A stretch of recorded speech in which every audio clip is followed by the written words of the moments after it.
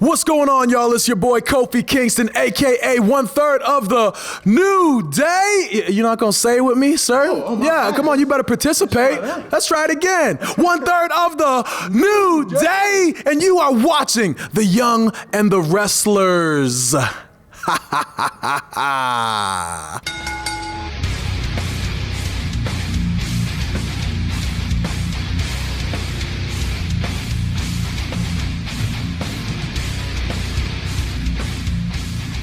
Welcome to the Young and the Wrestlers, the Pop Culture's WWE podcast, the show that takes a look at the soap opera nature of the WWE. The storylines, the characters, in essence, we just mark out. I'm one of your hosts, Ryan Betson, alongside... I'm Bronzeberg at best, Jem. This is as I said, our wrestling in review show. It comes at you every Thursday morning at 8 a.m. on your podcast services, 9 a.m. on those YouTubes. If you want to join that wrestling conversation, you can head over to social medias like Facebook, Discord, Instagram. All those links are in the down below area. Of course, follow us on Twitter as well. Those handles are right under our faces. But if you want to join the conversation as it happens, head over to twitch.tv/thepopcultures, where you can watch us record this show live. You can get part of the chat. You can become part of the show. If you want to support the show, you can. Tell your friends, tell your family about this wrestling pod. If you are listening to us on podcast services, give us a 5-star rating and a written review. Or if you are on the YouTube, be sure to like, subscribe, leave a comment below. I'll endeavor to answer every single comment. And if you want to support us financially, you can. Patreon.com/thepopculturist, as well as our merchandise store, popculture.com/shop, where you can buy shirts and assorted shit with our logos on it. How are you, Jem?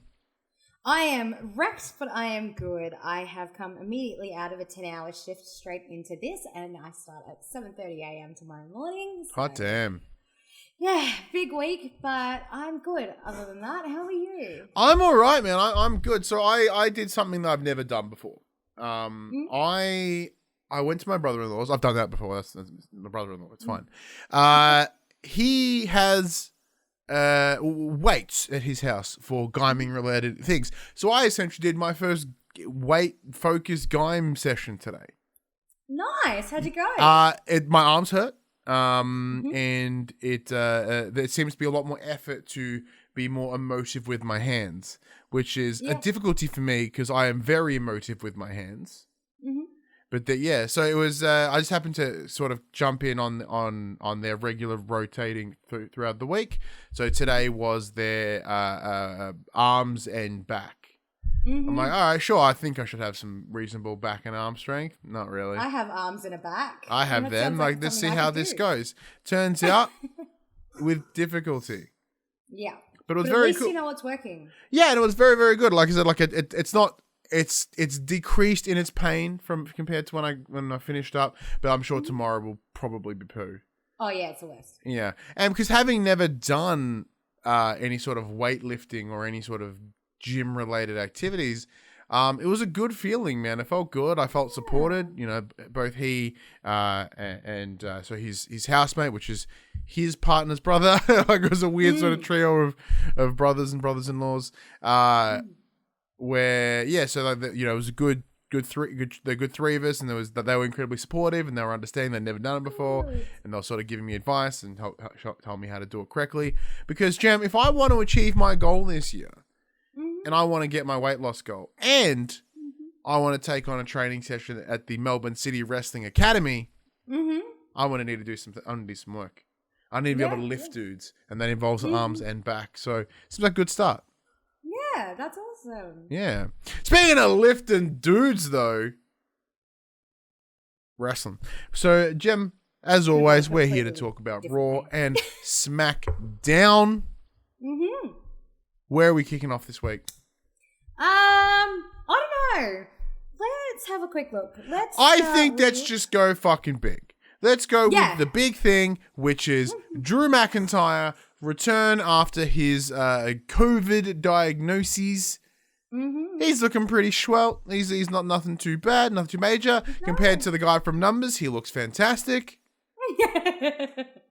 So that's a bonus. But he's there to talk smack on Goldberg mostly. Oh yeah.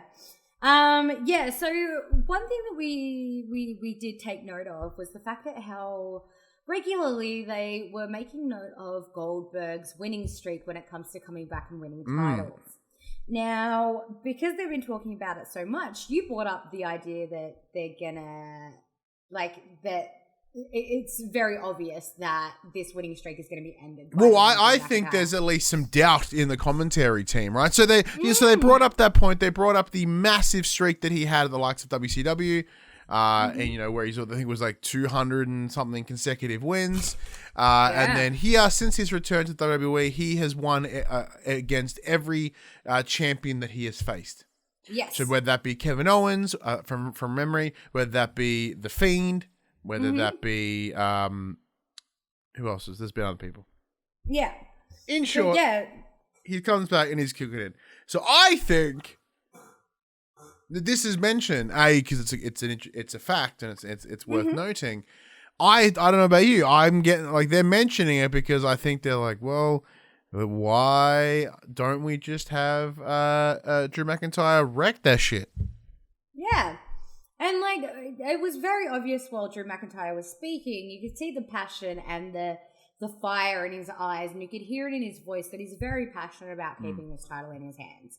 And he talks about how he wants to start the night right, and then Miz and Morrison come out and he's like, and this is not right. And they come out obviously spitting the same thing as everything. Basically the Miz is just telling them that he's going to take one of their titles. Whoever wins, he's taking it off them. And then Goldberg ends up storming down and comes face to face with Roman Reigns, and all he said is, you, me, Sunday, you're next. And then Miz and Morrison start chatting from the side. And they end up getting thrown over the ropes, and then Miz gets speared, and Morrison gets claymored, and within about my camera has frozen. Oh no! That's right. I'll kick myself back in just 1 second. Bam! And Jem's volume's a little low, so we'll bring Jem up. There we go. Oh, okay. For those listening on the day, you're not going to notice because I've audio mixed it correctly. Yay! But yeah, one thing, having that sort of that sort of finisher combo with that spear and then the claymore, I did kind of go, ooh, are we going to see a tag match here? We didn't. No, we didn't. But later in the day, we did see, this was probably because the card was booked for John Morrison versus Sheamus later in the night, which Sheamus does get the win, but then the Miz is like, oh, you want to get ready for Royal Rumble? Why don't you take both of us on right now? So it ends up being a 2-on-1 handicap match, which the Miz and Morrison do get the win, obviously, because it's 2-on-1. He also technically beat Morrison twice. Yeah, exactly right. That's true. Because the Miz got the pin, but... Yeah, but still. That was, it's cool to see Sheamus getting a bit more limelight, and he's not the bad guy, it seems, in this situation. So that's really cool. So what's interesting here is because with everything for at least the next, until Monday, everything is about looking at the eye of what does this mean for Rumble? Mm-hmm. So... Sheamus, already a 2-time Rumble winner from memory. Yes. As we were discussing last week, the idea the only person ever to win 3 Royal Rumbles is Stone Cold Steve Austin. Mm-hmm. Do you think that Sheamus is a likely contender to win again this Monday? No. Why? I just don't think it's the right time for Sheamus. I feel like there's so many people entering the Rumble. It's really hard to say. I think, I don't know. I just don't think it's number 3 for Sheamus. I really don't. I asked you that question knowing full well that I completely agree with you. I think it's fantastic. I think Sheamus is doing well. I think I don't see him being the strongest guy in this Rumble this year specifically. Credit to him if he does able to push his way through. We've discussed. I was going to say, I think he'll definitely be a force to be reckoned with. I think he'll definitely make a big impact in the Rumble, but I don't think he'll take it out. Yeah, because looking at the field and looking at who's there, and we discussed this in a couple of weeks ago as well, the idea that we really believe that he should be in the mid-card title picture with like Big E. Yeah, going for the definitely. IC title, and I think that would be a more achievable place for him to be. Not saying that he can't be in the main event picture again, because knowing from his history, he's a multi-time heavyweight champion. So like, it's not that he still can't bout, but it's a situation of, right now this is this might not be for him. But one person, just a quick add to that, speaking of Rumble, on top of that, in this week's episode of Raw, we saw Cesaro versus Dolph Ziggler.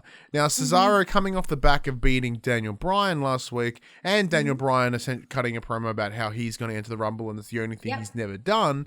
Cesaro comes out, picks up another win. Could it be Cesaro even? Again, I don't think it could be Cesaro. It's just, I think it's not time.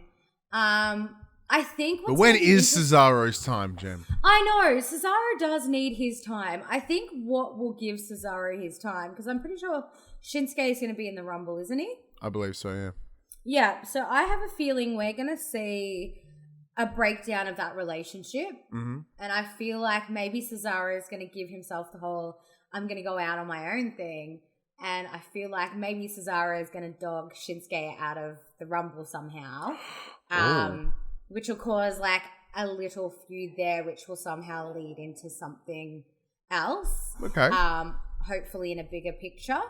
I mean, it's a tricky one because like, let's segue this into Big E, for instance. So we did see like Sheamus, for instance, and talking about mid-cards, we did see that little thing a while back with Sheamus attacking Big E. So obviously the winner of the Rumble can pick anyone to go after. Like that, if he did, that could be an option for him. Which makes sense because looking at the title picture now, it's a weird space for Sheamus specifically. So we talked about him getting bussed with Big E. That was before the draft. He's now over on Raw. So if he was to look at the champions as they are, you would look at Roman and Drew. Drew's a friend of his, and he has had a recent ish title opportunities, but they were kind of halted by the likes of Keith Lee. So I even though I think him taking advantage of that win at Rumble and going for a mid card title might be a little bit lost, but I think if he was to jump in that picture and go down for the likes of Drew, even though Drew is a friend of his, I think that might friendly work. rivalries are the best ones. Yeah, I think that might even throw off Drew. Like we've seen him kind of not be hesitant, but sort of be semi-reluctant. Well, the Celtic Warrior versus the Scottish Psychopath would be pretty amazing. Yeah, so Peckstar in the chat, also, hey Peckstar, he goes, accidental elimination from the Rumble to create some tension between Shinsuke and Cesaro. So an accidental elimination, which would be cool. Yeah, because while they're okay as a tag team, I feel like they're better singles competitors. So I feel like there needs to be that separation. And also in saying that, like you see like Cesaro and Shinsuke, like they've had their bouts with the New Day and stuff like that. So it makes sense for them to sort of go in that direction too. To go for that sort of like, we've already bested this, we can do it again type thing. I mean, we did see Big E pick up another win this week. Again, for another Intercontinental title match against Apollo Crews. Don't know why this is still going. Yeah, neither do I. I have a feeling that there's a situation of they're waiting to see the contenders. Once again, if it was me within the booking area, within the officials, there's no one is standing out right now. Let's give them another go. Yeah. Why not? But Rumble will be that decider. If you're watching the Rumble and you see someone go ham in the Rumble but not win, all right, well, you deserve some mid-card shots. You deserve a go. So if you want to step in and talk to Bobby Lashley, if you want to sit there and talk to Big E, cool, we'll make it happen. because you've shown that worth. But right now, no one's really been able to step up or give it a real good shot, I think. And honestly, what I'd like to see, and I'm going to do a little fantasy booking with this, like I said, I feel like there's going to be a little, like, something's going to go wrong between Shinsuke and Cesaro, and one's going to eliminate the other. And ideally, I would like to see, well, this is the way I think it's going to go. I think Cesaro is going to dog Shinsuke. Especially the way he was talking about how, like, the other week when he was talking to Big E, is like, I know Shinsuke and he only gives you pity and whatever. Yeah. I think, it's Daniel Bryan. No, he was saying to Daniel Bryan that he only shook his hand out of pity and stuff like that. I feel like Cesaro is painting Shinsuke as someone Shinsuke doesn't want to be anymore.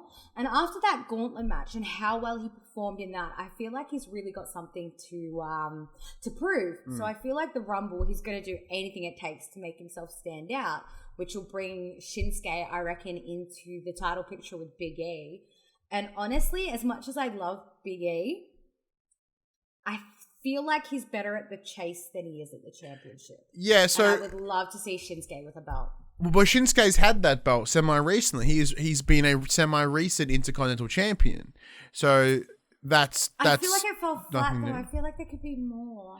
Yeah, and I'm saying, like, you know, like I'm not disputing you. I'm not disputing your fantasy booking here. But I'm looking at where that's been. Like, he's had the title and he had a good run with it. Like, it wasn't a whole lot, but it was something. He's probably most success has come with Cesaro in that tag team, whatever they didn't really have a name. You know, the Artist Collective. Yeah, the Artist Collective. Thank you. Yeah, so Nakamura, previously a Rumble winner himself. You know, he's kind of got some momentum now as well. So we're looking at this, and there's at least 4 people that could have a potential go. Will they win? Probably not. But you look at that list, and you're like, oh, there's a lot of people with a lot at stake, and they're probably invested. Coming into this, they're looking heated, and I think Shinsuke is on that list as well. Yeah, definitely. Even though following his win at the Rumble a couple of years ago, not a whole lot went in his favor post that. Not saying that it can't happen again. Yeah, that's true too. But I'm certainly open to it. But speaking of, let's keep that Royal Rumble thread going. For some reason, WWE are doing this thing where they're just going to fucking tell you everyone that's going to join the Rumble. None of this want to be surprised, to be baffled, and full of happiness. They're just like, look, everyone's claiming to be, everyone's just straight up. They're declaring their spot in the match, which, some can, some can't. But we learnt that Edge is returning after his injury at shit. It was just before. It was a Backlash. Yeah, because it was in the greatest wrestling match of all time ever. Yeah, so where he sort of, I think he tore his pec muscles or his shoulders or something. But yeah, so he's back. It's a situation of, I like that they told us because I am excited to see it. But 2, if they didn't, I would have had the same level of pop in my lounge room that I did last year. Yeah, that's true. And I think that is lost. Because oh, fuck, Edge again. Yeah.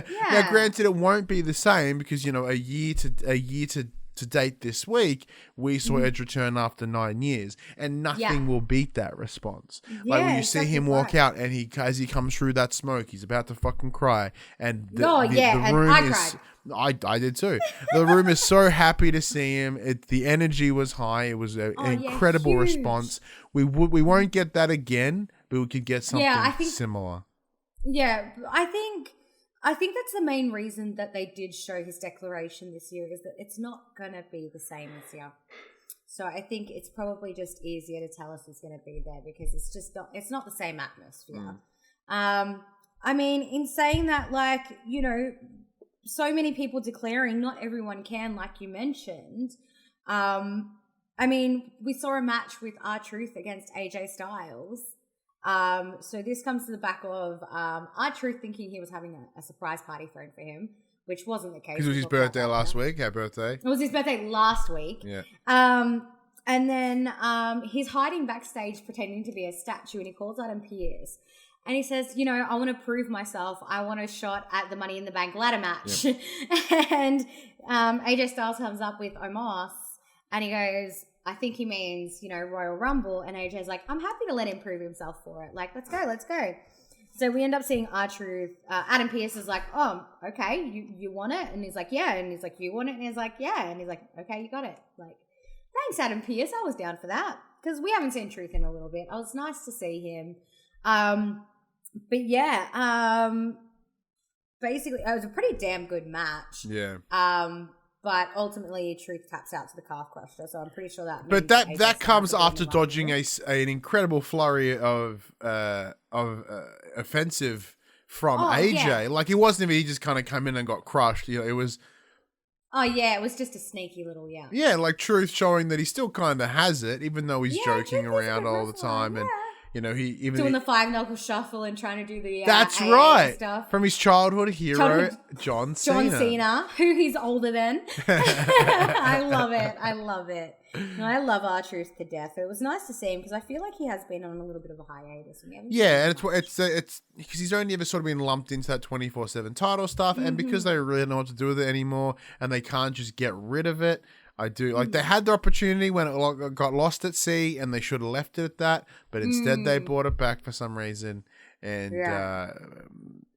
it's hurting. It's hurting. Yeah, it is. Yeah.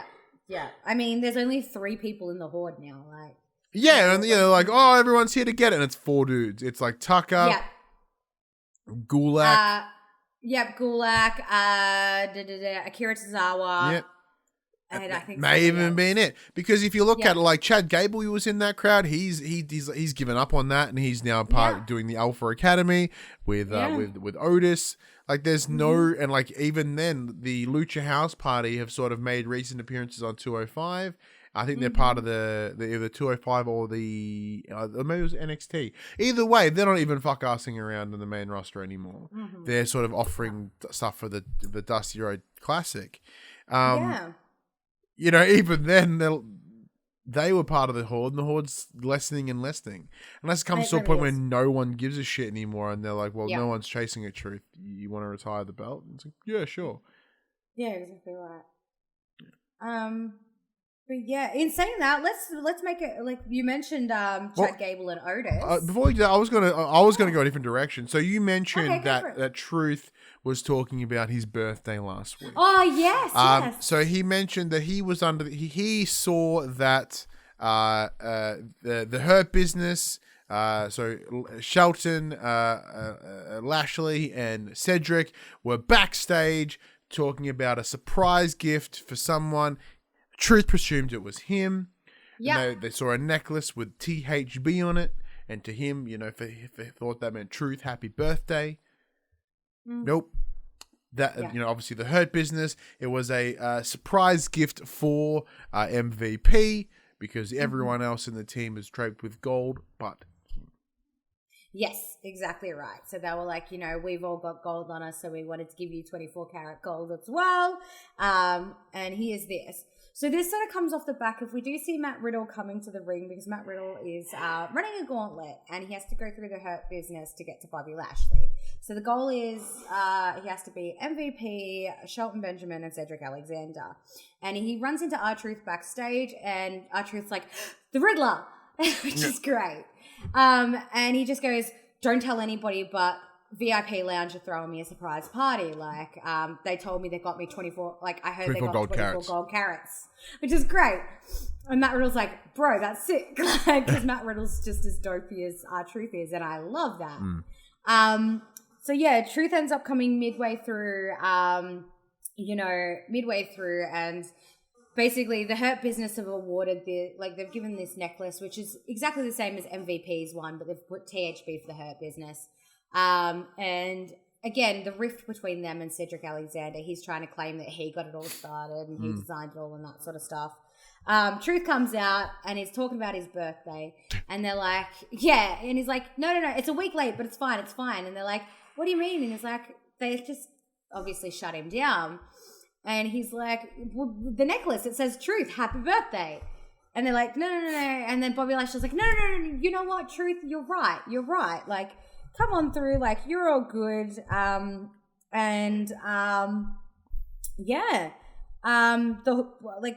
He's like, no, you're right. Like, come on in. Let's celebrate, Truth. Let's celebrate. And as Truth gets to go in the ring, the Horde comes out and then they disappear and her business just absolutely during this tough war, Riddle comes in and decks MVP, I think. Yeah, sure did.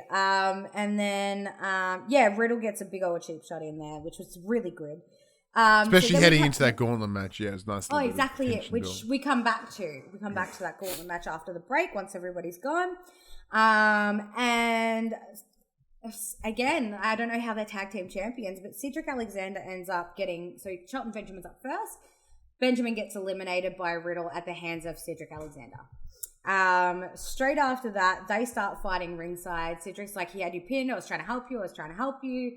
And MVP is trying to separate them. And bam, in seconds, Riddle gets a roll up for the 1, 2, 3, and MVP is eliminated immediately. Riddle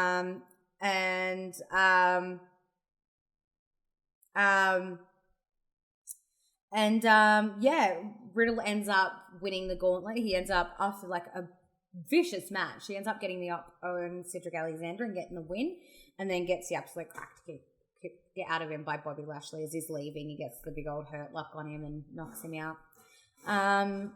Jem, once again, we're seeing the Hurt business sort of crumbling in on themselves. Your theory about this long game plan of Cedric sort of breaking the Hurt business from the inside. Did you see anything this week to continue to support your claim? Oh yeah, that entire thing. And like, I think like, Cedric going Benjamin ringside and MVP having to grab it, like MVP getting eliminated so quickly because of that kerfuffle. I feel like it's very deliberately done by Cedric. I feel like he knows what he's doing. He may even be cahoots with other people. He may have said to Riddle, I'm going to do this. You do this when I do this type thing.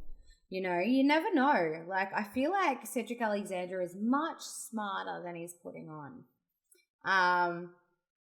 So, yeah, it's hard to say, but I definitely think he's still sort of tearing the seams apart from the inside. Interesting. Yeah, I think he definitely is. I do quite like that. I still love your theory that Cedric is breaking down the Hurt, because as you said, he's this entire time it's been this long con, and then now that he's sort of got himself cemented, he's just sort of chipping away at it. He's got that gold on himself, and I would like to see it lead into like, I'd like to see something like Cedric Alexander does something to make Bobby Lashley lose the title to Matt Riddle, because I believe this gives Matt Riddle so he gets his United States Championship shot here. It. Now, this I love, because we are both fans of Matt Riddle, and I would like to see him with a title here, and I would, and I feel like it'd work. be really cool, like leading further too. Like if for whatever reason Cedric Alexander does cause that loss, he can play the card of like, well, technically I helped you get the win, so you owe me a title shot type thing. So I feel like there could be something, a continuation of this down the line, which would be really cool. Yeah, and I think there's a lot of potential there for him to head in that direction, which I'm certainly down for. Not too bad at all. What else, Jem? What's next? Well, let's stick with that whole, we mentioned, Otis and Chad Gable before. Yes. So we did see on SmackDown, Bayley's, that little athletic challenge she put to Bianca Belair. Yeah, it's a little obstacle course challenge thing. Yeah, which was interesting. I mean, so Bayley obviously shows us through the course, tells us what's going to happen. And then she shoves Bianca Belair out of the way, like, I'm going to go first, runs the course, cheats by running around walls instead of going over them, and she finishes off with a time of like 1:12 or something like that. And one of them was a fireman carry, and Bayley carried Chad Gable. So what happened was when Bianca Belair's turn was up, which she absolutely flew through this course, when it came to the fireman carry, She had to carry over. Yeah, I've my camera's frozen again. Give me 1 sec, everybody. She goes, look, that's EST. You are the fastest, the bestest, the greatest. Let's add some oomph to it. So rather than this small kid, which I believe my kid has the exact same hurdles. He bought it from Kmart. Those small little hurdles, they made them sort of knee-ish.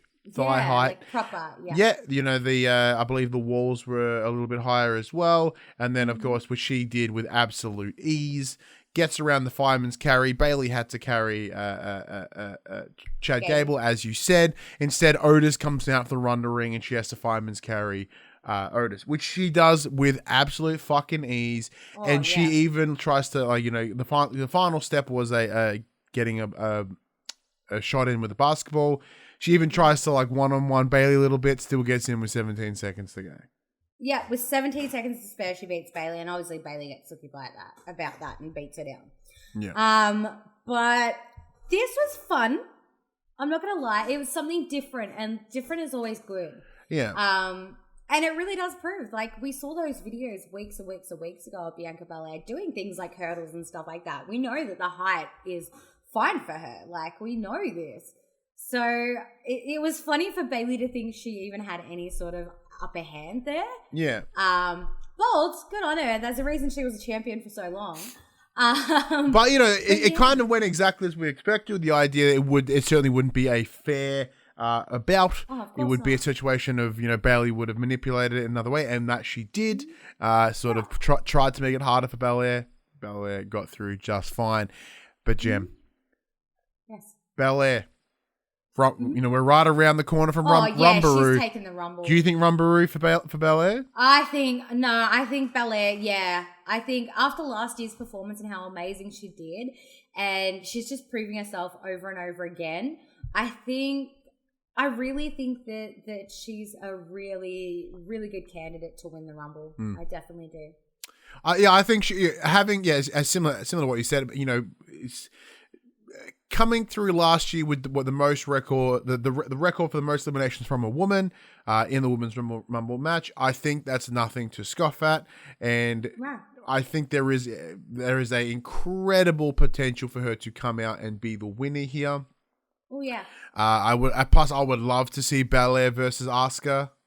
Oh, why the fuck not? That would be dope. That would be amazing. Yeah, give me that. That would be cool. Yeah, I'm down for that. And I think just in terms of the impressiveness that would come with her eliminations, I'm down. I'm super down. Me too. However, the other, if we're talking about performance from last year, the other person that equaled Belair for eliminations was Shayna Basler. Now, Shayna Basler did have a match here this week with Nia Jax. It's Nia Jax ringside. It was against... I have my brain farted. Charlotte Flair.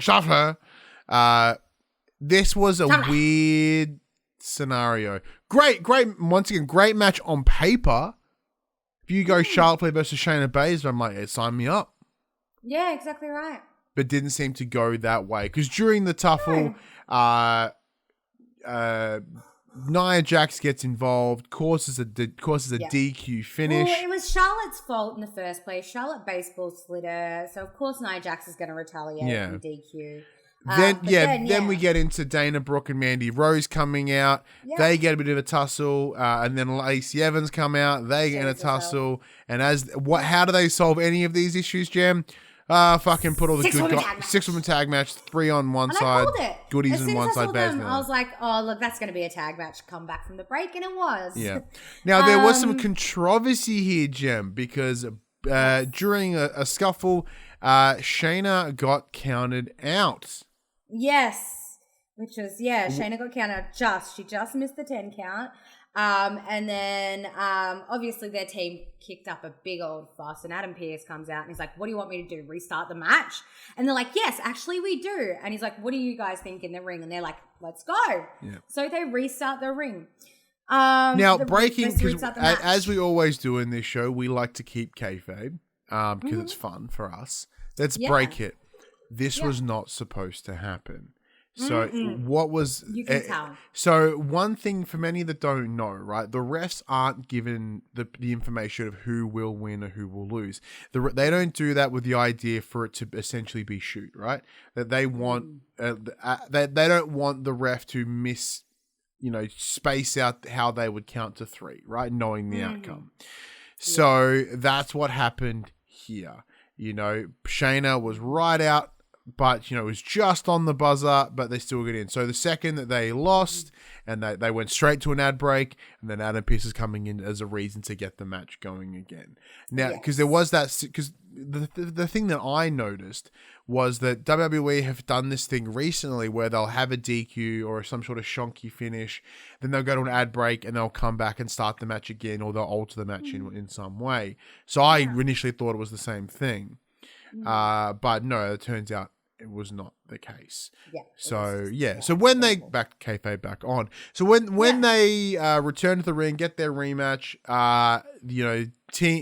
team old man fucker and Shania Payne, they secured the win here.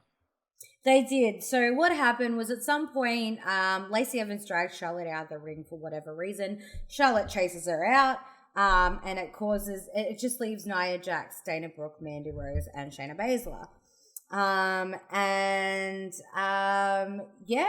In short, Nia Jax picks up Dana Brooke, throws her on her neck. Yeah. Not a very safe way to go about it there. Once again, Nia Jax potentially hurting someone. But I don't want to sit here and repeat the internet. If you look at the internet, everyone's got a thing to say, I've vented my frustrations toward Nia Jax in general, plenty of times before. However, and then with a leg drop, 1, 2, 3, there goes the count. These women over Mandy and Ben. These women, Jem. Do you believe or are you adamant that it's Belair's Rumble to win, or do you think any of these women have a potential? Nah, I think it's definitely. I definitely think. What would be interesting, and now that I've just thought about it, could you imagine if it ends up being a tie once again with Belair and Basler, and they have it comes down to those two throwing one of each other out to get the best. I think they equal their record again, and then the only way to win is when they're it's them two, and whoever gets thrown over gets the record as well. Yeah, it's down to them two, and they have to throw one of each other over to get the win. And it'd be even funnier if both feet hit the ground at the same time. Who was that? John Cena and it was Randy Orton, I think. No, it was Batista. Oh, yeah, that's it. Yep. It would be so funny that they just couldn't call it a definitive, but because it's middle of the match, they're both out. Yeah. That would be so funny. What? Because looking at this thing here, Charlotte Flair, she's not winning it this year. I think her motivations are elsewhere, because if Lacey's in that ring at the same time she's going to do what we saw it here. Her motivation wasn't to win this match here. It was to beat the shit out of Lacey. And I think that will be her downfall come the Rumble. And that's not the only thing. She will be fatigued because she is defending her tag team championships as well. Yeah, she's got double duties, yeah. Yeah, so she's got double duties at Rumble. So I don't exactly see her being physically in a position to be able to do that. And I do think obviously this leads into this. The whole thing with Ric Flair is definitely going to cause some issues.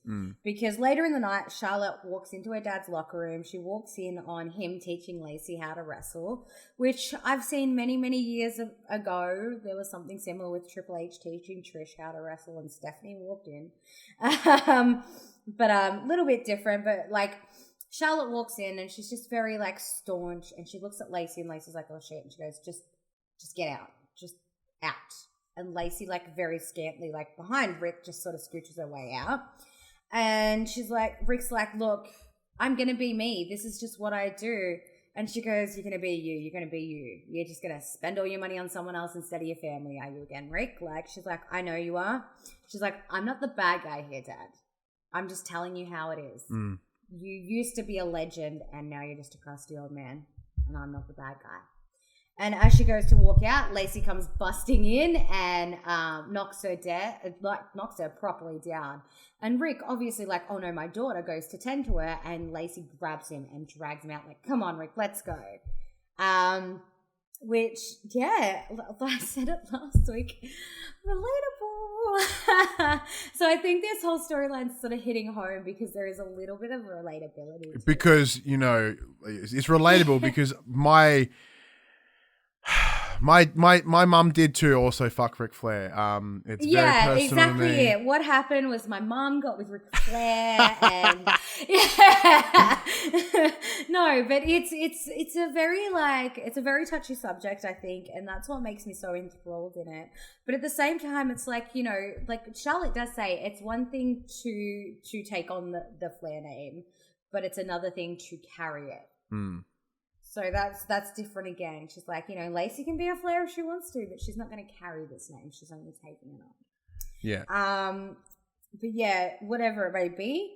But in saying that, we did see Charlotte over on SmackDown as well, because they did come to SmackDown for a match against the Riot Squad.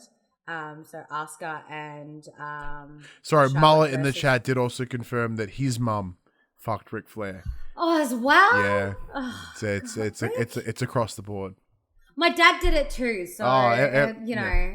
Rick doesn't discriminate. No, when the Which I like about him. when the lion's hungry, he'll eat. No, it was my dad. Yeah. Oh shit! Damn. Old Papa Mullet was like, woo. But yeah, so we do see the Riot Squad versus Asuka with Billie Kay in their corner again.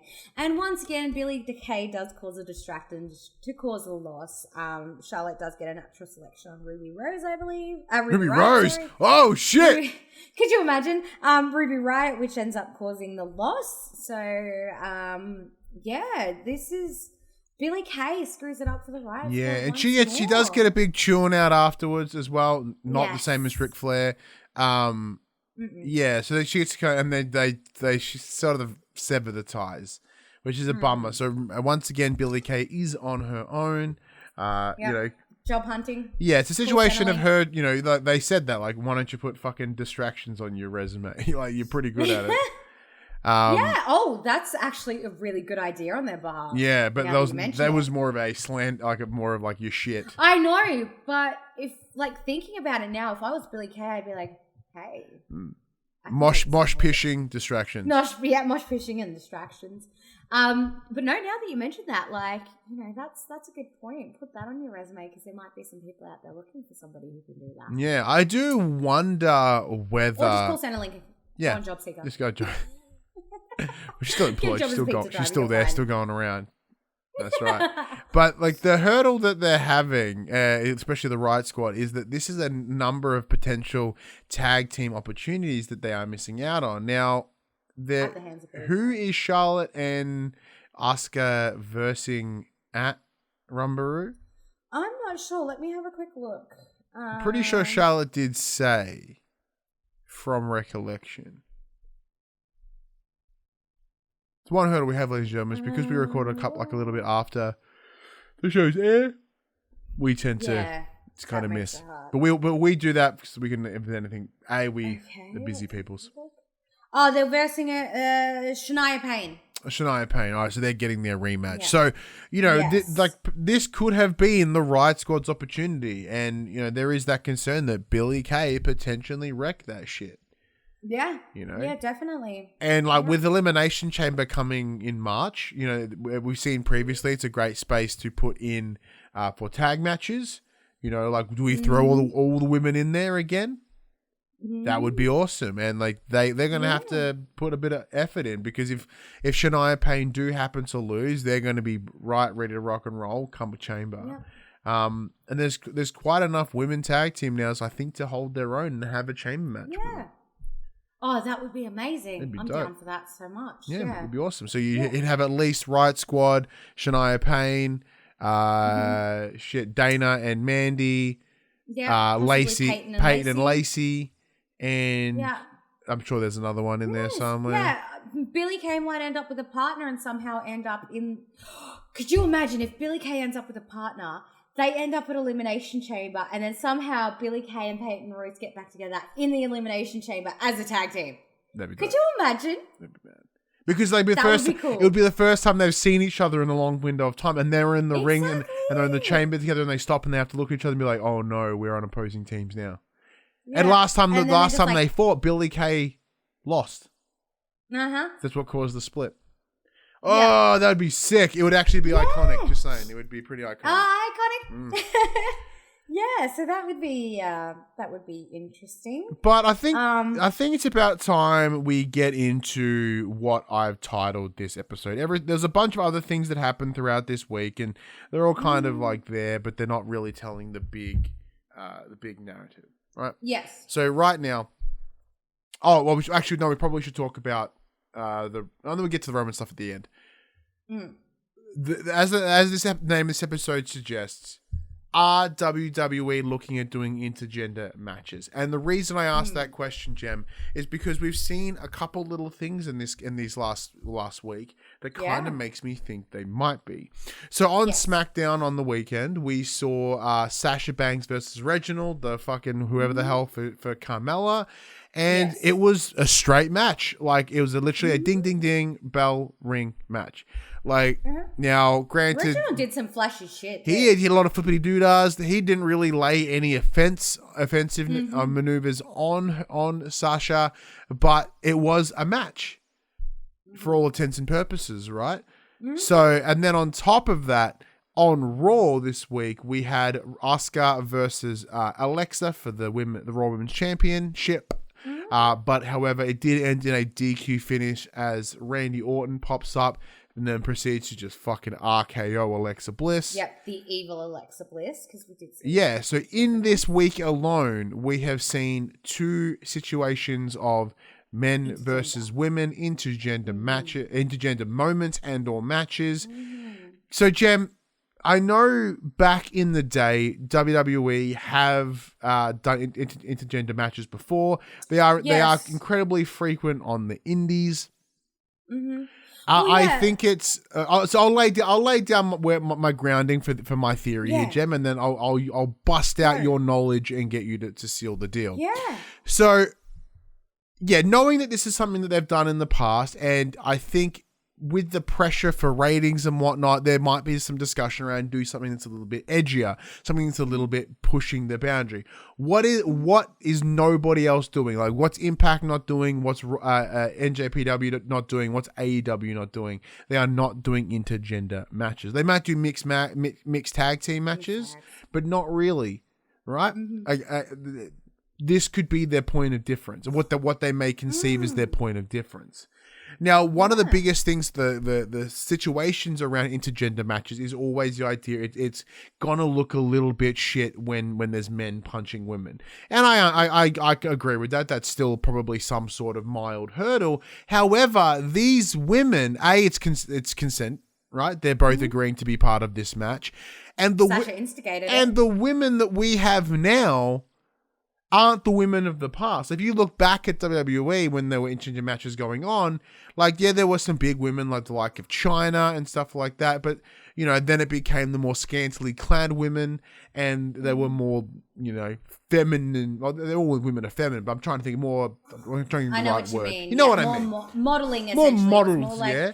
Where now, for show, not for action. Exactly. Where now, a lot of these women can fucking hold their own and hold their own hard. Like, we saw Jax do it in the Rumble. Yeah, we saw Jax enter the Rumble in the women's Rumble and the men's Rumble, where she proceeded to eat an RKO, a super kick, and something else. Like, she got fucked up. It was awesome. Yeah, but still. Like, there's that hint at it, but I think that was just for a spot. Where here, I think WWE are not subtle. No.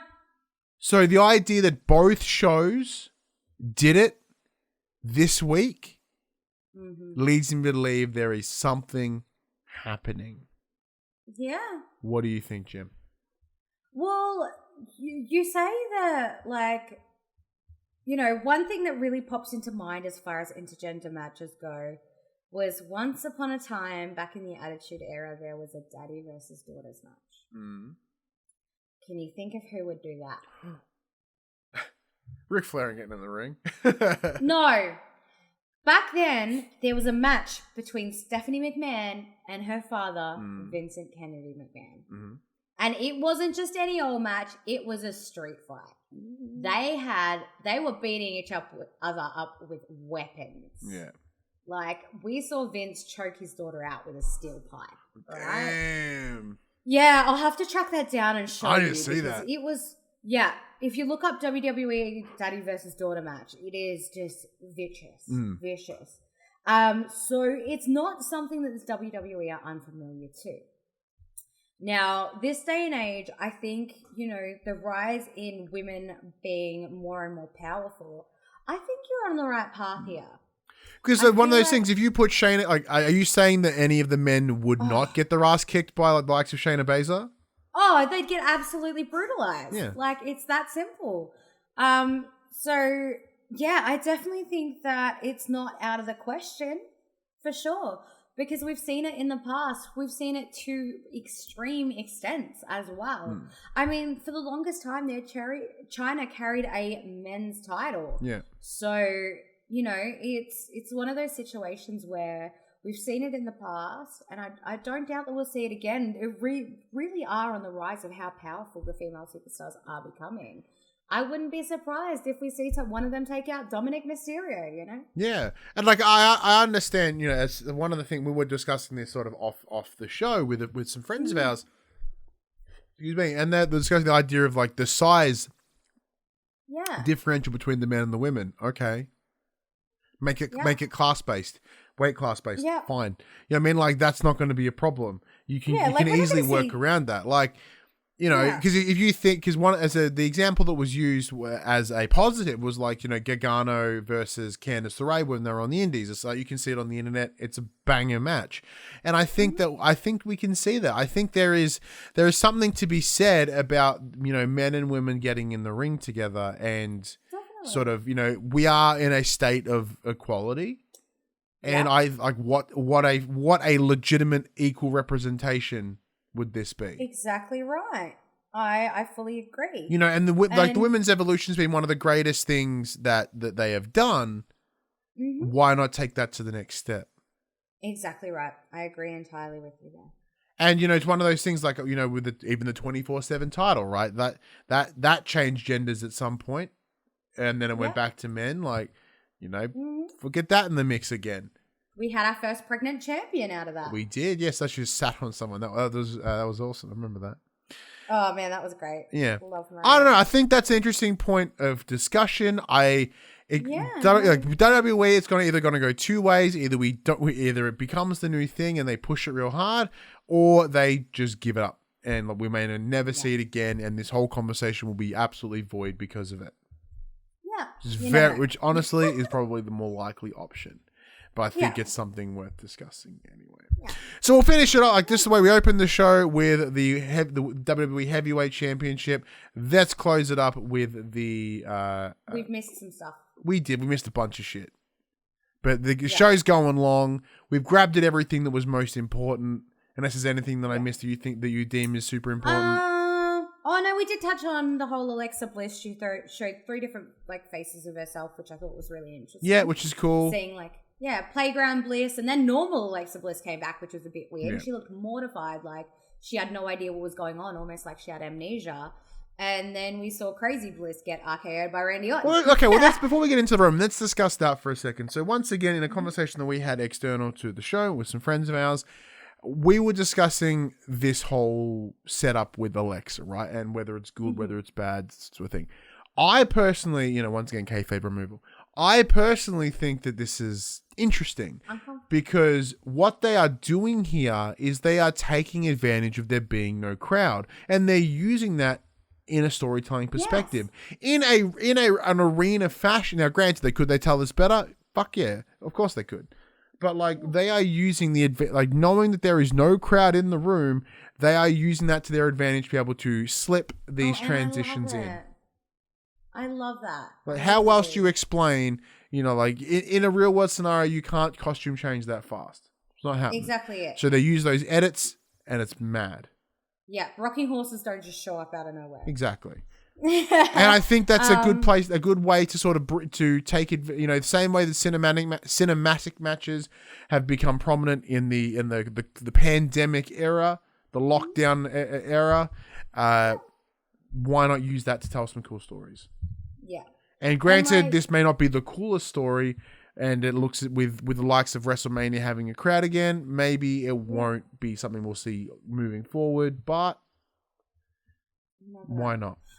I mean, it's better than, seeing Corbin versus the Mysterios again, or Retribution versus Xavier Woods again.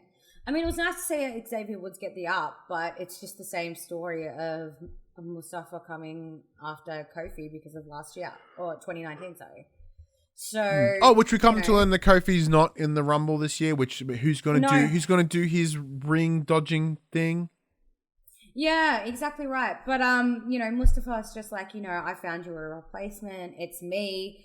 Basically, just saying that because Kofi's injured, like Mustafa's gonna take his opportunity back from 2019. Which, like, I like the story, but at the same time, it's been the same thing 2 weeks in a row now, and I'm just a bit.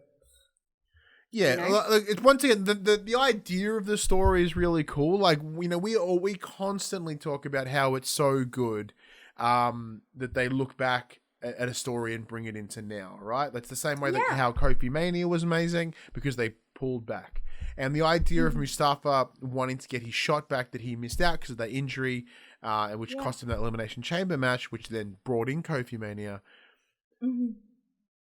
He's not wrong. Yeah. It is a great place for him to be. It's a great reason. It's a great argument. However, the issue that we have is the way he pushed his argument last week is the same way he pushed the argument this week. There's no growth in that story. Now, granted, it's only week to week, and it is building towards presumably a Rumble beef, but you could do something he announced more. The Rumble, that's something, but that's about it. The Mullet Show in the chat believes that Morrison will take the place of Kofi for the flippity doo does and the dodging of the. That's smart. Morrison is really good with that sort of stuff. Nice. Yeah, I mean that's very possible. I think that might be a good pick. Or I feel like maybe Woods. Woods did help Kofi last year. Yeah, a nod to his brethren, maybe. Anyway, final thing of the night. Let's get into the Universal Championship. Yes. Last week we had Adam Pearce talk about how he got out of his match at the Rumble against Roman due to cards subject to change. Roman comes in the ring at the start of SmackDown to be like, "This is bullshit. This is fucking weak. Like, this is not how to go about it." I don't believe in that because I'm a true champion. Yeah, I've defended my title. Blah blah blah blah blah. My back hurts from carrying this company for so many years. Oh, yeah, that's right. Yeah, he talked about how his foot hurts, his ankle hurts, this hurts, his back hurts, which was fun.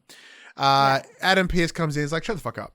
And essentially, he and Paul Heyman and Roman get in a little bit of an argument. Somehow, Paul Heyman just disrespected. Paul Heyman just straight up goes, "I'll fight you," and Adam Pearce is like, "Okay, fine." And then there was a circumstance of, "What have you done?" Yeah. And then Paul Heyman's trying to get Weasley's way out of it, but Adam Pearce isn't official. He makes the match official and changing. And then Roman's like, "No, you laid your bed, dude. I wanted you to do your skill. Your skill is to be a mouthpiece. Your skill is to berate and tear down someone and rip them to shreds, not to fight them, you idiot." Yeah. Therefore, you made the call. Fight with your mouth, not with your body. You made the call. You have to live with the consequences. Go and fight that man. Exactly right. That's what it was portrayed. However, Adam's in the ring, ready to rock and roll. Heyman makes his way down, goes to step on the ring steps, trips, bangs his leg. Suddenly, he can't compete. Subject to change. Card subject to change. Roman comes in. Superman punches Adam Pearce, but then KO sneaks his way in. Puss. Oh, yeah, KO gets a vicious, he counters a Superman punch into a stunner, and then they get separated, and then they end up getting back together and fighting and boozing, and then KO puts Roman Reigns through an announce desk, and it was beautiful. Oh, it was a lot of things going on, and I'm very, granted, I would have loved to see Adam Pearce just fucking pummel Paul Heyman's face in. Oh, right. Everybody would have, But it was that same level of conniving, right? It's that because you see Adam Pearce's face be like, "Oh man, what? I gave away my best strategy." Yeah, and not only that, he also was like, "Oh shit, they played me." Exactly. I gave them my best strategy, and they used it on me. Yeah. Bum. Yeah, madness, absolute madness. But yeah, once again, it's more Bill. It's more stuff for Kevin Owens versus Roman in it was an Iron Man match or a Last Man Standing. This Last Man Standing. Last man standing. Now, do you think KO can take it from Roman? Fuck yeah, it's fight Owens, fight. Like Fight he can Owens take a fight. Last man standing. Yeah, man. Well, he was the last man standing this week, so He did, which means he's totally getting wrecked. Oh yeah, no chance. That's just how the booking goes. Yeah, you know, like everyone knows there is that sprinkle of WWE math, and then you look at it and you're like, you won. They have a formula. You won on the Go Home show. Oh, actually, it's not the Go Home show because technically this Saturday is the Go Home show for SmackDown. That's true. I guess that'll be the giveaway, and then come Monday for us in here in Australia. You know, we'll see how that goes, but fuck it, why not? So Kevin Owens is dope.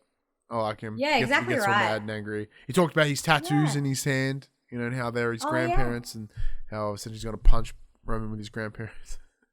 I'm going to use my grandparents to punch you. But yeah, no, I still cannot fault the whole Universal Championship story. I'm feeling every part of it. I love all this sort of. It is good. Because, like, for what I love about this, specifically with Adam Pearce, it seems like such the dumbest decision to have Adam Pearce get involved, and it really is. However, it is also in that same space of, you know, Roman is just trying to hold the title for as long as he can. And that involves him being like, I'm going to have to fight. You know, the reason he brought Jey Uso in, you know, was to be like, he's going to take an L for me. I can easily hold this on another month. You know, we'll take this step. I'm going to hold it on another month. I'm going to take this step. I'm going to hold it on another month. He's not a dumb man. Like everything, there is a lot of tactician in this work. And I believe Paul Heyman is a part of that. You know, oh, guaranteed. And this is the thing. Heyman's been in the game for years. And what was interesting here is, Paul Heyman. We saw his ego get pushed to a point where he acted irresponsibly, and it's you know, recklessly is probably the correct wording there. Yeah, definitely. There's a lot there, and I like where this is going, and I cannot wait to see where it ends. Because my original prediction was that it ends, you know, at WrestleMania this year with Roman versus The Rock for the actual. The tribal legacy chief, of the family, head of the table, but I don't see that happening, sadly. Maybe before all the changes to Mania, but I don't see it ending that way. However, I have heard someone pitch the idea. Sorry, that yawn was deep and I couldn't fight it. Oh, no. Roman versus Edge. Ooh. Obviously, Edge is connected to Raw right now. But, once again, if you win that Rumbaroo... you get to choose where you go. You can party wherever you want. Exactly it. Now, saying that, though, my predictions are the same as last week. Alexa Bliss, Keith Lee. Yep. Now, is that completely biased? Fuck yes, because I like both those individuals. Therefore, I want them to win. But, that's where I think it's going to go. Jem, before you give me your Royal Rumbaroo predictions, how are you feeling about the Universal Championship? And do you think that's going to go in that direction? I'm down for it. I have no idea where it's going to go, to be honest. There's so many places it could go. I don't know.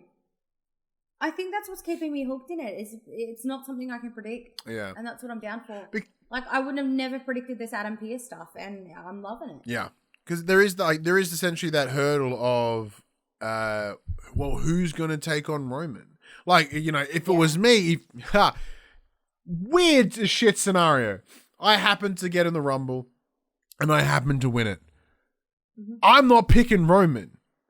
No. Drew will monster me as well, but I look at it, I'm like, I'm probably going to go with Drew, I guess. Yeah.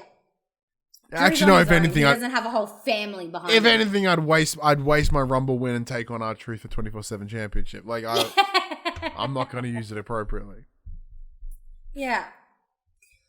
Yeah. No, you're not wrong.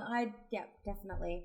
I'd choose Drew over Roman, but my thing is, Drew's on his own, Roman is not, so that's where the benefit comes in to taking on Drew McIntyre. I honestly think I would love to see. I'd love to see Bianca Belair take out the Rumble. I really would, and I feel like it'll come down to her and Shayna Basler, and one of them will have to throw the other out, and that will, dictate who is best. So I would like to see Bianca Belair take the Rumble. For the women's side, and for the men's side, I would like to see my childhood hero John Cena. No, that would be a blast. Yeah, no, I'm not sure. I Talk it out. Like, list some names, go through your thought process, Yeah, Jem. Let us know I was gonna say, where you're thinking. I keep coming back to Randy Orton. And like you mentioned Alexa Bliss winning the Rumble, which I think could be very viable. I feel like somehow this is going to tie into maybe Alexa does win the Rumble, and Randy wins the Rumble, and it just ties in this storyline and continues them on somehow. And yeah, I don't know, like whether it's like Randy gets a belt which gets taken by the Fiend or something. I don't know, but yeah, I feel like maybe Randy Orton's going to get the big old number 3. Ooh, that's the other thing as well, because that will be his third Royal Rumble win, tying with Stone Cold. Now, because like the thing, on top of this as well, we talk about some of the stats in terms of the history, right? Only one ever 3-time Royal Rumble winner, Stone Cold. Randy is tied with a bunch of dudes for like the third most amount of championship wins. That's the circumstance right now. Like, do we see him getting in that title picture? I kind of think he had his moment at the back end of last year with Drew, and it was awesome. Yeah. I think his motivations are different now. I don't see him winning the Rumble because he's thinking elsewhere. That's true. And like, don't get me wrong, he's going to get in there and cause nothing but havoc. But and he's going to have an advantage. He's got burn face. Exactly. He's got gnarly sun. Nobody wants to touch his face. He's got gnarly sunburn. Either he is going to be flaky and gross, or you go to touch him and he screams in agony and you go, Jesus Christ, and you back away. An assist pops off. Yeah, he's essentially created himself a nice force field of fake skin and screaming. Yeah. Sounds like my everyday. Yeah, that sounds amazing. So he could just eliminate people by being near them. Yeah. Either way, that's true. By the time we record our next show, the Royal Rumble will have happened. Actually, our next show will probably be the Royal Rumble chat. That'll be on Tuesday night. If everything lines up well. Let us know who you think will win the Royal Rumble in the description below. We were going to do a sweep again this year, but I totally left it to last minute, and there's like 6 people that want to get in on it, and that's like not enough people. So I'm also too lazy to organize a prize or something. So yeah. Oh well. Either way, thank you everyone for watching. Let us know who you think will win the Royal Rumble in the comments below, or hit us up on the social medias. This has been The Young and the Wrestlers, our WWE show in review. It has come at you on a Thursday morning at 8 a.m. on your podcast services, 9 a.m. on those YouTubes. If you want to join that wrestling conversation, you can. Head to Facebook, Discord, Instagram, Twitter. All those links are in the description below. Hit us up on Twitter as well. We're always bullshitting on there. We'd love for you to chat to us and get involved some more. If you want to join the show as it happens, head over to twitch.tv/thepopcultures where you can watch us record this show live and become part of the chat, just like the Mole did. You can share your stories about how Ric Flair fucked your parents. If you want to, If you want to support the show, you can. Tell your friends, tell your family about this wrestling pod. If you're on the podcast service, give us a 5-star rating and a written review. Or if you're on YouTube, like, subscribe, leave a comment below. If you want to support us financially, you can at patreon.com/thepopcultures, as well as our merchandise, topopcultures.com/shop, where you can buy shirts and other sort of shit with our logos on it. And until next week when we talk the Rumble-roo, I'm Ryan Betson. And I'm Jem. And we will see you then. Good night.